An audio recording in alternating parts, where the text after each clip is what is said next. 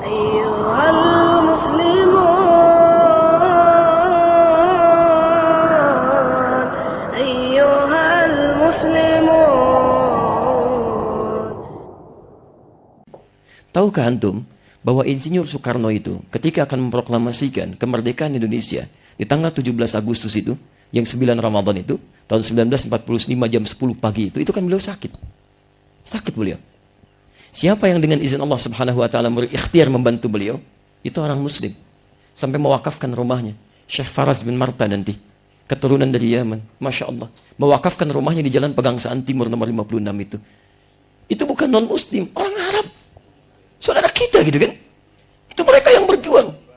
Ya, makanya Bung Karno ketika datang ke Surabaya, silahkan tanyakan pada sebagian dari kerabat, itu nggak mau beliau kecuali menggunakan kendaraan-kendaraan dari beliau tadi.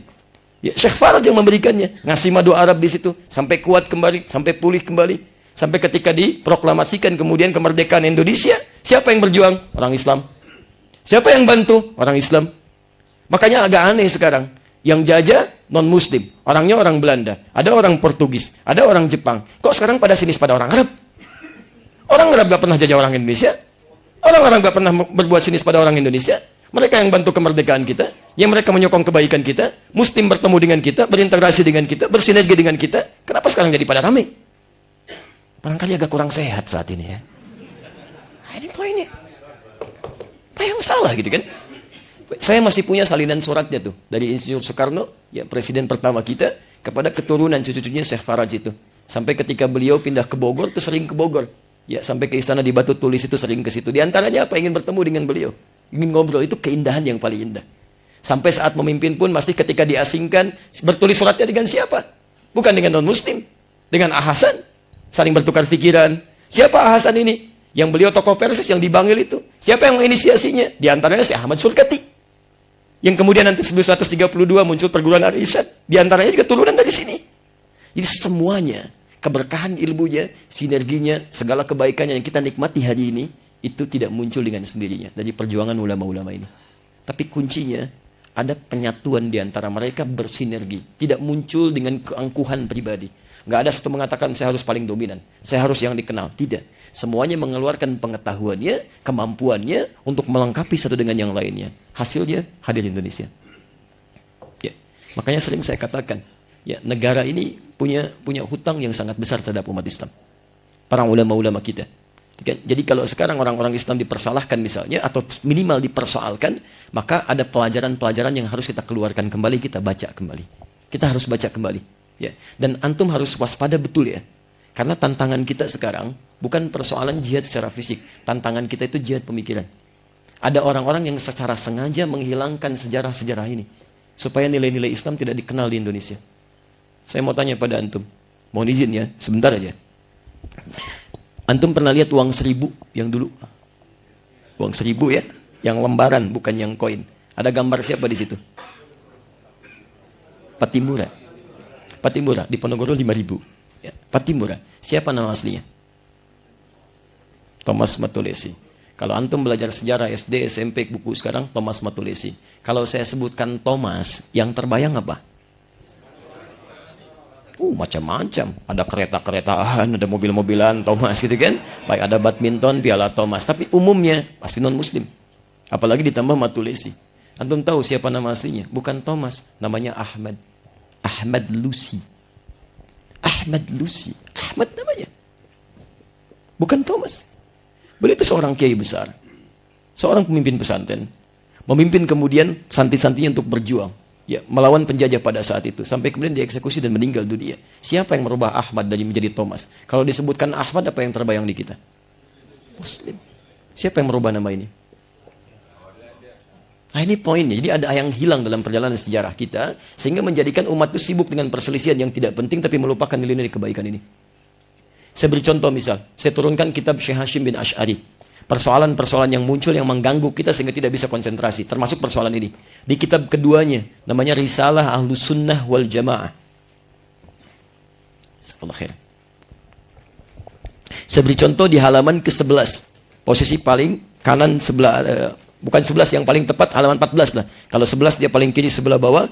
Saya ambil yang halaman ke-14, posisi paling kanan. Paragraf yang pertama dari baris ketiga sampai dengan baris yang kelima. Saya mau tunjukkan satu hal yang sangat penting. Taib. Misal, di antara perjuangan Syekh Muhammad Hashim bin Asy'ari, beliau memberikan fatwa agar orang-orang Islam itu berjuang melawan penjajahan Belanda, tapi karena beliau berjuang, cara belajarnya pertama kali menggunakan iman, bukan dengan ilmu saja, maka perjuangannya beda dengan para nasionalis-nasionalis yang lain. Perhatikan, para ulama kita itu ketika berjuang, itu tujuannya lillah. Tidak hanya sekedar menjadikan negara ini merdeka karena Allah Subhanahu wa taala, tapi bagaimana supaya Allah ridha. Jelas di sini? Kakak kalimat yang digunakan kalimat Allah. Apa yang mereka perjuangkan? Bukan cuma mengusir penjajah, tapi bagaimana menjadikan kepercayaan yang dipaksakan oleh penjajah itu bisa hilang dari bumi pertiwi.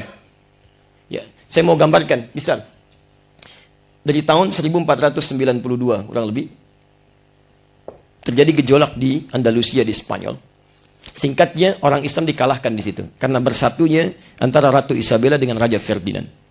Kemudian terjadilah inkuisisi besar-besaran. Diambil orang-orang Islam, dieksekusi. Bahkan Syekh kami saat belajar di Timur Tengah yang sudah berkunjung ke sana, itu cuma diberikan dua pilihan. Imma mengarungi sungai Laut Mediterania, berenang sampai meninggal, atau dieksekusi seketika kalau tidak pindah agama seperti kepercayaan mereka. Masuk Kristen pada saat itu. Dan cara mengeksekusinya akan dilihat. Kalau yang telinganya putih, bersih, itu pasti orang Islam. Ya, karena biasa wudu, terbiasa berwudu. Ya, itu cara mengeksekusinya, dipotong dulu telinganya. Kemudian nanti ada yang disalib, ada yang dimasukkan ke dalam roda gilingan, ada yang dipotong kepalanya, ada yang macam-macam. Sampai luar biasa, ya habisnya orang-orang Islam pada saat itu. Ya, secara singkat, setelah dikuasai belahan dunia di Eropa ini, kemudian muncullah ya, titah dari Paus Alexander yang ke-6 yang menyampaikan pesan bahwa dunia harus dikembalikan kepada ketentuan-ketentuan mereka. Maka dikirimlah kemudian Portugis ke wilayah timur, Spanyol ke wilayah barat.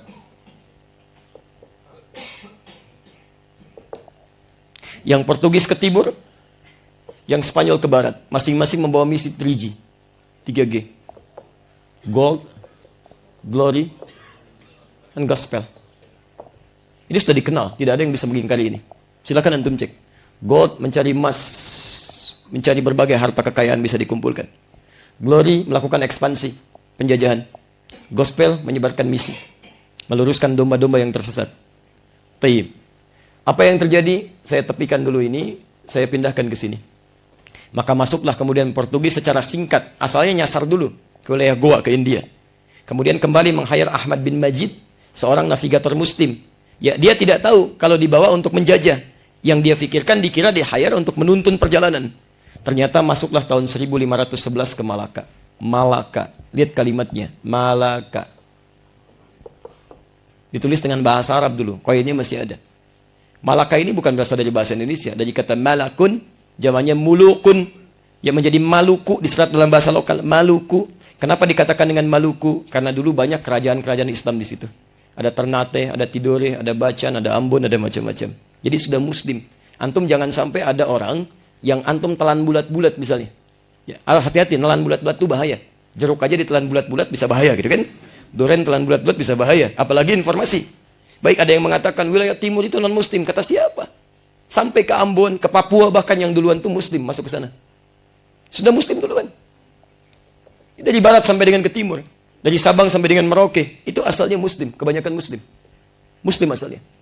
Yang ada muslim, ini ada Hindu sebagian. Ada Buddha. Dan ada animisme, dinamisme. Kristen belum ada. Saya tekankan ya, karena ini pun direkam. Saya ingin sampaikan bahwa kita sedang mengaji dengan kajian ilmiah. Ya, tidak mengecilkan hal-hal tertentu atau berbicara tentang kepercayaan atau syarat tertentu. Kita sedang bicara tentang ilmiah. Jadi kalau nanti dipersoalkan, kita boleh berargumentasi dengan dasar-dasar ilmiah. Sepakat ya? Nah, karena ini sedang agak sensitif isunya gitu ya. Nanti saya pulang ke Jakarta tiba-tiba jadi tersangka gitu ya. Insyaallah khair. Ya, insyaallah khair. Baik, mari kita lihat. Sekarang perhatikan, yang ada Islam, orangnya Muslim, ada Hindu, ada Buddha, ada animisme, ada dinamisme. Kristen belum ada. Kapan muncul? Ini, datang di bawah Portugis tahun 1511. Cara datangnya beda dengan yang lain. Sekarang antum lihat ya, sejak Muslim memegang tampuk kepemimpinan di Nusantara sebelum jadi Indonesia, ini Hindu, Buddha, animisme, dinamisme, nggak ada masalah, Pak. Jalan aja. Transaksi jalan, perdagangan jalan, bisnis jalan, bahkan koin-koinnya jalan, nggak ada masalah. Yang jadi masalah itu ketika Portugis datang. Karena mereka ketika datang memaksakan pola ini. Kita harus dapatkan sebanyak-banyaknya ini rempah-rempah. Dari mana sumbernya? Ketika datang, orang lain bawa barang, sifatnya kan baru pertukaran. Jadi barang dibawa, ditukar dengan yang ingin didapatkan. Cina misalnya bawa Gucci, bawa macam-macam, bawa sutra, ditukarkan dengan mendapatkan emas, dapat rempah-rempah, gitu kan? Ini enggak, datang bawa pistol, bawa senjata. Kalau Anda tidak mengikuti sistem saya, kami eksekusi. Itu yang dilakukan. Makanya bukan datang pertama kali bermasalah di Nusantara, di Goa pun jadi masalah. Di India jadi masalah, di Goa jadi masalah. Apa penyebabnya? Ini, Portugis. Dan datanglah singkatnya ke Nusantara, membawa misi ini termasuk memaksakan ini. Ketika mereka datang, yang pertama dilakukan, ya setelah memaksakan untuk mendapatkan ini, membangun pusat ibadahnya. Dikenal dengan bahasa Latin, bahasa Portugis dengan igreja. Dia bangun igreja. Ya. Lisan orang kita menyebut kemudian dengan gereja. Gereja. Asalnya dari bahasa Portugis, bukan bahasa Indonesia. Igreja, igreja, igreja. Orang kita kan nggak senang dengan yang panjang-panjang. Disingkat yang ujungnya, itu paling gampang. Ya. Maka muncul istilah gereja. Dalam bahasa Arab disebut dengan kanisa. Jamaknya kanais. Kanisa. Dikenal dengan, jamaknya disebut dengan kanais. Kapan ibadahnya? Nah, ini yang paling menarik. Ketika mereka datang membangun gereja, orang-orang muslim penasaran, itu apa? Karena belum pernah tahu. Ya, jadi setiap 2 hari setelah orang Islam ibadah, yang pekanan itu, kita ibadah di hari apa? Jumat yang pekanan. 2 hari setelah itu mereka datang ke gereja. 2 hari setelah Jumat hari apa? Tuh. Gak ada di Minggu. Yang ada Ahad. Gak kenal Minggu pada saat itu. Kenalnya cuma Ahad. Gak ada Minggu. Ahad kenalnya. Diadopsi dari bahasa Arab semua. Ahad hari pertama, Al-Ahad. Yang kedua, Al-Isnin. Diserap jadi hari Senin. Ketiga, Al-Thulatha. Dari Thalathah. Diserap jadi Selasa. Kemudian Al-Arbi'ah. Dari Rabu. Arba'ah. Jadi Rabu. Al-Khamis. Hari yang kelima. Dari Khamsah. Diserap jadi hari Kamis.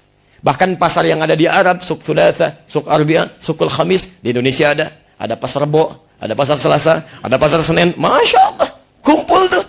Jadi ada asimilasi yang indah pada saat itu, nggak ada masalah. Tiba-tiba datang Portugis ini, kemudian ini yang paling menarik. Ini kisahnya dimulai di sini.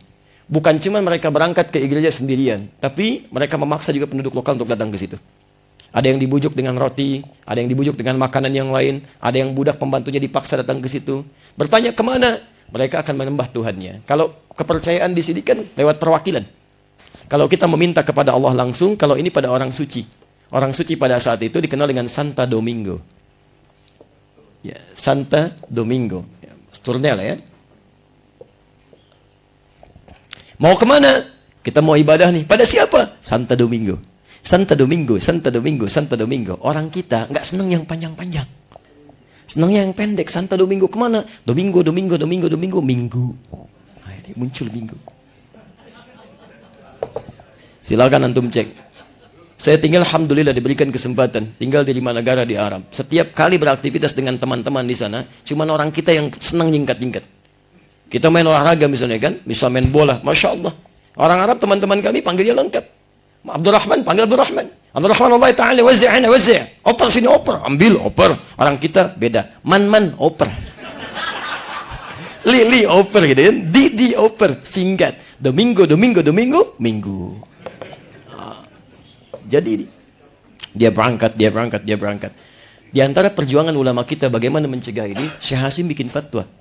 Ya, Syekh Muhammad Hashim Al-Asy'ari bikin fatwa. Di kitab Risalah Ahlus Sunnah wal Jamaah dalam referensi yang tadi saya sebutkan. Lihat kalimatnya sebelum MUI memberikan fatwa, ini sudah ada keluar dari beliau. Ya, beliau katakan, wa yaqta'u wa qila fil anwari, disebutkan dalam kitab Al-Anwar, mengambil fatwa dari ulama sebelumnya. Wa yaqta'u, dan dicukupkan. Awas hati-hati. Bagi siapa?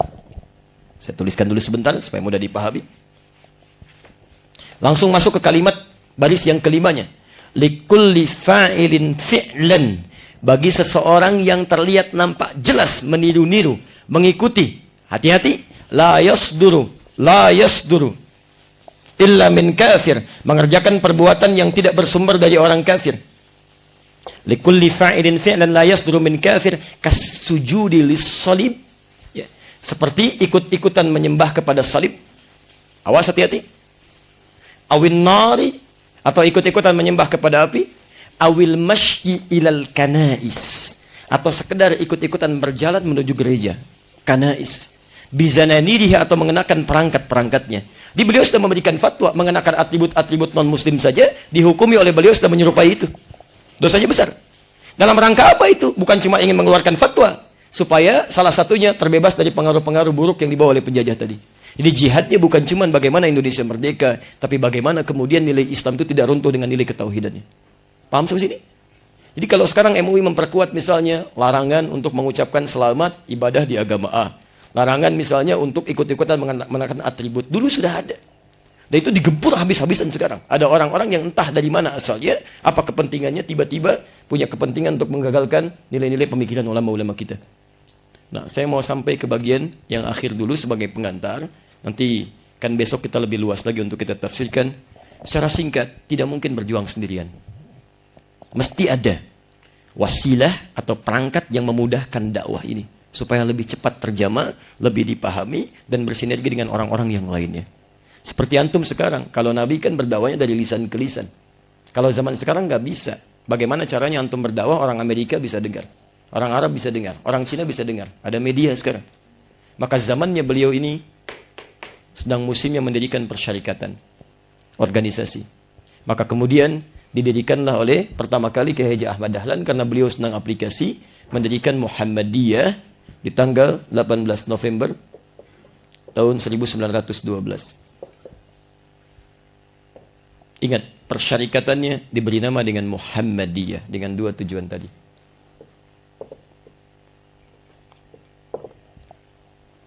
Nanti menyusul kemudian, ya, 14 tahun setelahnya, 31 Januari tahun 1926, Kiai Haji Muhammad Hashim bin Asy'ari mendirikan Nahdlatul Ulama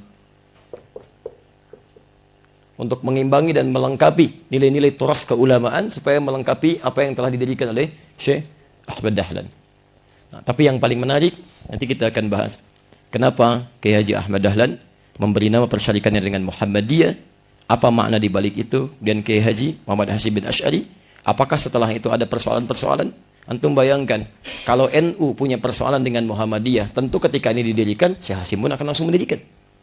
Tapi ini normal saja, berjalan selama 14 tahun, ini berdakwah, nggak ada masalah. Ketika mendirikan ini pun, ya salah satunya apa? Untuk melengkapi tujuannya. Bukan untuk kemudian saling berselisih dan sebagainya. Jadi tidak ada persoalan. Nggak ada dulu orang kalau disebutkan, kalau kunut itu NU. Kalau nggak kunut, Muhammadiyah. Kalau bismillah, itu NU. Kalau nggak bismillah, itu Muhammadiyah. Misal. Ya, kalau bacaannya Allahumma ba'id, itu Muhammadiyah. Kalau bacaannya wajah itu NU. Nggak ada. Itu biasa saja gitu kan. Karena mereka masing-masing punya tujuan yang sama. Punya goal yang sama. Itu yang kita butuhkan sekarang. Saya tugas di Mekah tahun 2010. Begitu tugas di sana, saya tinggal di Mahbasul Jin, sekitar 1,5 kilo dari Al-Masjidil Haram. Itu Masya Allah, ketika kami menerima jemaah haji datang pertama kali, imamnya Syekh Sudes pada saat itu, salat Isya. Begitu beliau imami, kan disirkan bismillahnya itu. Bismillahirrahmanirrahim. Alhamdulillahi Rabbil Alamin. Masya Allah, iki imamnya Muhammadiyah tuh katanya. Masya Allah. Senyum Masya Allah. Syekh Sudes Muhammadiyah gitu ya, baik. Begitu besoknya nggak kunut, apa saya bilang? Ini Muhammadiyah kan? Nah, jadi ada yang harus diedukasi di masyarakat kita bahwa nggak seperti itu dulu ya. Ada satu kebersamaan di sini. Termasuk nanti munculnya Persis, munculnya Al-Irsyad, munculnya Dewan Dakwah Islamiyah dan sebagainya. Dan yang paling indah itu ada beberapa hal yang harus kita kemudian sinergikan. Kita harus belajar sama-sama terbuka. Ayo silaturahim. Ayo belajar kuatkan. Nanti kita gali lebih dalam penamaan tentang ini. Jangan-jangan sekarang yang ikut Muhammadiyah tapi tidak seperti yang diinginkan dari namanya. Atau yang ikut NU tidak seperti yang diharapkan dari namanya. Nanti kita lihat. Kami mengajar di Tripoli. Di antara murid saya, ya kemudian ada yang dari pesantren Iskaliman itu. Datang dan belajar, kita mengisi halaqah, dia belajar, saya kasih tugas. Di antara teman-teman, ayo ke Indonesia, coba cek bagaimana perkembangan dakwah di Indonesia. Sebelum kami pulang ke sini. Bawa data, kita pelajari, kita berdakwah dengan baik. Begitu kami tanya, antum kemarin kemana? Ke sini Ustaz. Ayo coba bagaimana hasilnya? Saya tanya di masyarakat Ustaz. Bagaimana di sini? Umat Islamnya berapa persen? Alhamdulillah Ustaz, umat Islamnya 95%. Masya Allah. Yang 5% apa? Muhammadiyah.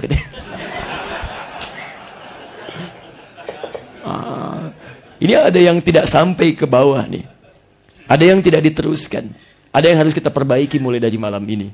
Di kemanapun Anda kembali, entah itu ke Jombang, tempat Syekh Hashim bin Asy'ari kemudian mempopulerkan, mengembangkan sampai pesantrennya sampai dengan saat ini, atau entah antum ke Kauman, ke Yogyakarta, atau entah antum ke Bangil, atau entah antum kembali ke Jakarta, ke Tanah Abang, Krukut, dan sekitaran Nusantara atau Indonesia, maka kita merindukan ini. Kita merindukan ini. أيها المسلمون